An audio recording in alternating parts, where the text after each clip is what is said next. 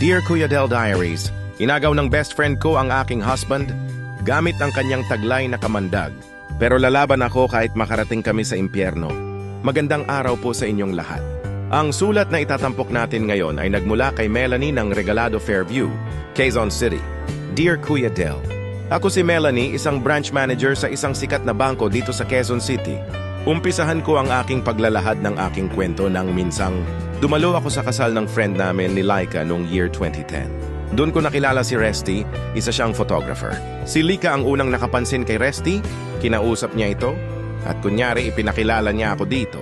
Hiningi ni Resty ang number ko, pero hindi ko ibinigay. Lingid sa aking kaalaman, ibinigay pala ito ni Lika kay Resty. Doon na nga nagsimula ang aming relasyon ni Resty. Ikinasal ako kay Resty noong year 2015. At si Lika ang maid of honor. Nagkaroon kami ng isang anak ni Resty. Madalas out of town si Resty dahil sa kanyang trabaho bilang isang freelance photographer. Nahuli ko si Resty na nagloloko, hindi lang once pero maraming ulit na, pero lagi ko siyang pinapatawad. Hanggang isang araw may sinabi sa akin si Laika, nakita niya si Resty somewhere in Pampanga. May kasama itong isang magandang babae doon sa isang wedding event na pinuntahan niya. Kinuhanan niya ito ng picture at ipinadala sa akin. Pero hindi ko ito ipinakita kay Resty.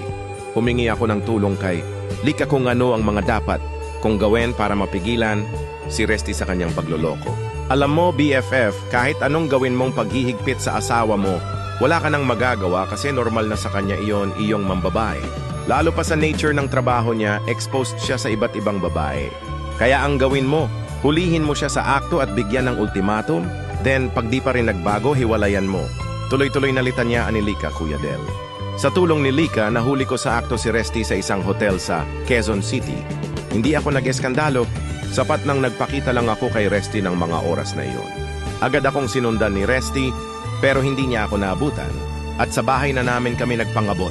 Kinausap ko siya ng masinsinan na kung hindi pa siya magbabago, hindi na niya kami makikita ng anak niya. At nag-promise naman siya. Hanggang isang araw, tumawag sa akin si Lika. Nakita niya sa isang apartment si Resty na may dinadalaw. Sinabi ko kay Laika na tawagan niya ako kapag nakita niya ulit si Resty doon sa lugar nila.